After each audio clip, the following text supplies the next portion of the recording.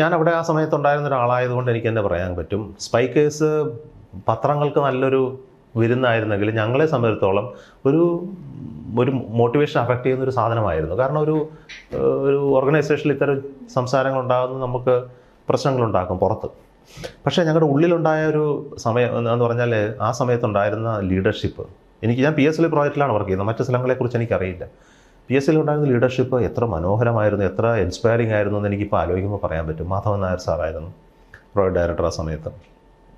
പിന്നീട് PSLVയുടെ അതിനുശേഷം വന്ന ആളുകൾ പെരുമാൾ, രാമകൃഷ്ണൻ എല്ലാം ടോപ്പ് ലീഡേഴ്സാണ്. അവരൊന്നും നമ്മളെ യാതൊരു നിമിഷം പോലും അതിനെക്കുറിച്ച് ആലോചിക്കാനോ ചിന്തിക്കാനോ സമയം തന്നിട്ടില്ല. അപ്പം ഇൻറ്റേർണലി അതൊരു ഇഷ്യൂ ആയിരുന്നില്ല. ഞങ്ങൾ കണ്ടിന്യൂസ് ആയിട്ട് റോക്കറ്റുകൾ നിർമ്മിക്കുന്നതിനും ഒക്കെ വേണ്ടി പ്രവർത്തിച്ചുകൊണ്ടിരുന്നു. ഇപ്പോൾ സ്പൈക്കേഴ്സിനെ കുറിച്ച് പറയുന്ന പലപ്പോഴും പറയുന്ന ക്രയോജനിക് എഞ്ചിൻ്റെ നിർമ്മാണം ഡിലേ ആയിപ്പോയി എന്നുള്ളതാണ്. അതൊന്നും എനിക്ക് തോന്നുന്നില്ല അതൊരു വലിയൊരു സീരിയസ് ആയിട്ട് അഫക്റ്റ് ചെയ്യപ്പെട്ടിട്ടുണ്ടെന്ന്. പക്ഷെ അതിൽ പ്രവർത്തിച്ചവർ പറയുന്ന അഭിപ്രായത്തോടെ ഞാൻ ഡിസഗ്രി ചെയ്യൊന്നുമല്ല. പക്ഷെ ഞാൻ കണ്ട കാഴ്ചയാണ് പറയുന്നത്. ക്രയോജനിക് എഞ്ചിൻ നമുക്ക് ആവശ്യമുണ്ടായിരുന്നു. റഷ്യയിൽ നിന്നുള്ള ക്രയോജനിക് എഞ്ചിൻ നമുക്ക് കിട്ടി. അത് വെച്ച് നമ്മൾ ലോഞ്ചുകൾ നടത്തി. അതിനുശേഷം ടെക്നോളജി ബാൻ ഉണ്ടായതുകൊണ്ട് നമ്മൾ അകത്ത് ഡെവലപ്പ് ചെയ്യാൻ ശ്രമിച്ചു. അതിൽ ഒരുപാട് പരാജയങ്ങളുണ്ടായി. അത് ടെസ്റ്റുകൾ ചെയ്യുമ്പോൾ പൊട്ടിത്തെറിക്കുകയും എഞ്ചിനുകൾ പല പ്രാവശ്യം നശിച്ചു പോവുകയും പിന്നെയും നിർമ്മിക്കുകയും. നമുക്കറിയാം, നേരത്തെ പറഞ്ഞ കൊച്ചു കൊച്ചു കമ്പനികളാണ് ഇതൊക്കെ ഉണ്ടാക്കി തരുന്നത്. അല്ലാതെ ഒരു ക്രയോജനിക് എഞ്ചിൻ മാനുഫാക്ചറിങ് ഫെസിലിറ്റി പോലും ISROയ്ക്ക് ഇല്ല, ഇന്നുമില്ല. ഈ പറഞ്ഞ കമ്പനികളിലൊക്കെയാണ് ഇത് ഉണ്ടാക്കുന്നത്. അപ്പോൾ അങ്ങനെയൊക്കെയുള്ള ഒരു ചെറിയ ഇൻവെസ്റ്റ്മെൻറ്റിൽ ഉണ്ടാക്കുന്ന ഒരു സാധനം ഡെവലപ്പ് ചെയ്യാൻ ഇത്രയും സമയമെടുത്തു എന്ന് മാത്രമേ ഉള്ളൂ. പക്ഷേ ഒരിക്കലും അത് വിജയിപ്പിച്ചതിന് ശേഷം പിന്നെ തുടർച്ചയായിട്ട് നമുക്കുള്ള ക്രയോജനിക് എഞ്ചിൻ്റെ വിഷയമാണ് വിജയിക്കുകയാണ് ഉണ്ടായത്. ഈ സ്പൈക്കേഴ്സുമായിട്ട് ബന്ധപ്പെട്ട് വന്ന കുറേ വാർത്തകൾ, കുറേ ക്യാമ്പയിൻസ് ഒക്കെ നമ്മുടെ ഒരു മൊറാലിനെ എങ്ങനെ അഫക്റ്റ് ചെയ്തിട്ടുണ്ട്? എനിക്ക് പറയാം, എന്നെ അഫക്റ്റ് ചെയ്തിട്ടില്ല. എനിക്ക് മറ്റുള്ളവരുടെ അഫക്റ്റിനെ കുറിച്ച് ഞാനെന്ത് പറയാനാണ്.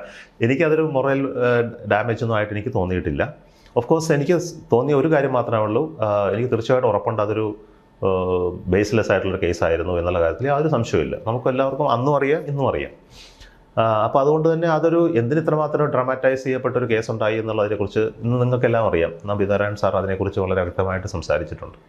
അപ്പോൾ അതൊരു അനാവശ്യമായൊരു കാര്യമായിരുന്നു എന്ന് നമുക്കെല്ലാം അറിയാമായിരുന്നു. പക്ഷേ അന്നൊരു സെൻസിറ്റീവ് കേസാണ്. അത് പോലീസിൻ്റെ ഇടയിലും കോടതിയുടെ ഇടയിലും പബ്ലിക്കിൻ്റെ ഇടയിലും വളരെ ചർച്ച ചെയ്യപ്പെടുന്ന ആയതുകൊണ്ട് നമ്മളെല്ലാം ഒരു ഓപ്ഷൻ ഉണ്ടായിരുന്നാലും ഉണ്ടായിരിക്കുക എന്നുള്ളൊരു ഓപ്ഷനാണ് നമ്മളത് അഡോപ്റ്റ് ചെയ്തതെന്ന് എനിക്ക് തോന്നുന്നത്. ISROയിൽ പൊതുവേ അങ്ങനെ ഉണ്ടായിരുന്നുള്ളൂ. പിന്നെ ഞാൻ ആ സമയത്ത് അത്ര ഒരു സീനിയർ ആളൊന്നുമല്ല, ഞാനൊരു മിഡിൽ ലെവൽ ആയിട്ടുള്ള ഒരാളാണ്. അതുകൊണ്ട് തന്നെ നേരിട്ട് അക്കാര്യത്തിൽ ഇടപെട്ടിട്ടില്ല എന്ന് മാത്രം. പക്ഷെ സ്വാഭാവികമായിട്ട് ആ സമയത്ത് ഒരു പബ്ലിക് ഇംപ്രഷൻ നമുക്കറിയാമല്ലോ. അതായത് ഒരു ISRO ചാരക്കേസ് വരികയാണ്, ജനത്തിനൊക്കെ പൊതുവെ ഒരു ധാരണയുണ്ട് ഇതിനകത്ത് നടക്കുന്നതൊക്കെ തെറ്റായ കാര്യമാണ്.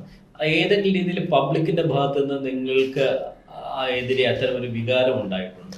എനിക്ക് പേഴ്സണലായിട്ട് അങ്ങനെയൊന്നും ഉണ്ടായിട്ടില്ല. ഞാൻ പറഞ്ഞില്ല, എനിക്ക് ആകെ കണ്ടൊരു വികാരം റോക്കറ്റുകൾ പരാജയപ്പെടുന്ന ASLV സമയത്തുണ്ടായ കല്ലേറുകൾ മാത്രമാണ്. പിന്നീട് അങ്ങനെ ഒരു പൊതുവികാരം എനിക്ക് കാണേണ്ടി വന്നിട്ടില്ല ഇതുമായി ബന്ധപ്പെട്ട്. ഇല്ല. ഈ ASLV പരാജയത്തിന്റെ കാര്യം, ആ ഒരു മിഷൻ പരാജയപ്പെട്ടതിന്റെ പിറ്റേ ദിവസം എങ്ങനെയാണ് നിങ്ങളുടെ ഒരു മാനസികാവസ്ഥ? എങ്ങനെയാണ്, അല്ലെങ്കിൽ എങ്ങനെയാണ് എന്തിനാ ASLV പോകുന്നത്? ഞാൻ PSLV കുറിച്ച് പറയാം. ഞാൻ PSLVയുടെ ഭാഗമായിരുന്നു. ഞാൻ ASLVയുടെ ഭാഗമായിരുന്നില്ല. ഞാൻ ജോയിൻ ചെയ്തത് PSLV പ്രോജക്റ്റിലാണ്. PSLVയുടെ ആദ്യ വിക്ഷേപണം പരാജയപ്പെട്ടു.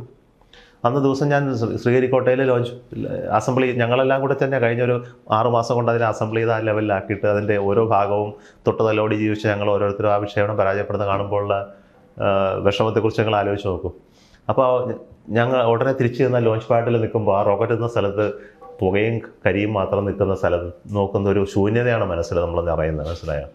ആ റോക്കറ്റ് ലക്ഷ്യം കണ്ടില്ല. അത് വളരെ നിസ്സാരമായൊരു ചെറിയ മിസ്റ്റേക്കിൽ ആ ലക്ഷ്യം കണ്ടില്ല എന്നും കൂടെ അറിയപ്പെടുമ്പോൾ നമുക്കുണ്ടാകുന്ന സങ്കടം വളരെ അധികമാണ്. ഇത്ര കോംപ്ലക്സ് ആയുള്ള റോക്കറ്റ് വളരെ ചെറിയൊരു നിസ്സാര പ്രശ്നത്തിന് ഫെയിലാവുക. അപ്പോൾ നമുക്ക് തോന്നി ഇതിന് അടുത്ത പ്രാവശ്യം നമ്മൾ ശരിയാക്കിയേ പറ്റൂ എന്നുള്ളൊരു തീരുമാനത്തിലാണ് അവിടെ നിന്ന് പോകുന്നത്. അല്ലാതെ സങ്കടപ്പെട്ടല്ല. എനിക്കറിയാം, അന്നത്തെ ദിവസം എനിക്ക് ഒരു ഹ്യൂജ് കൺസൈൻമെൻറ്റ്സുകളൊക്കെ തിരിച്ച് തിരുവനന്തപുരത്തേക്ക് വരുന്നുണ്ടായിരുന്നു. ഞങ്ങൾ ഒരാളും ആ ലോഞ്ചിൻ്റെ വൈകുന്നേരം വരെ റെസ്റ്റ് ചെയ്തിട്ടില്ല. അതെല്ലാം പാക്ക് ചെയ്ത് അന്ന് തന്നെ ട്രക്കിലൊക്കെ എത്തി അന്ന് തന്നെ തിരിച്ച് തിരുവനന്തപുരത്തെത്തി ടൂൾസും എക്യുപ്മെൻറ്റ്സും സാധനങ്ങളും എല്ലാം.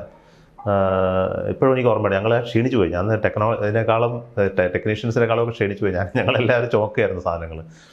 ഒരു തരത്തിലും അത് ഞങ്ങളെ ഡീമോറലൈസ് ചെയ്തിട്ടില്ലെന്ന് എനിക്കിപ്പോൾ പറയാൻ പറ്റും. നമുക്ക് ആകെ കൊണ്ടൊരു വാശി, ഇത് വളരെ നിസ്സാര കാര്യമല്ലേ, നമുക്ക് അടുത്ത ലോഞ്ച് വളരെ പെട്ടെന്ന് തന്നെ എത്താൻ പറ്റുമെന്നുള്ളൊരു വിചാരമായിരുന്നു.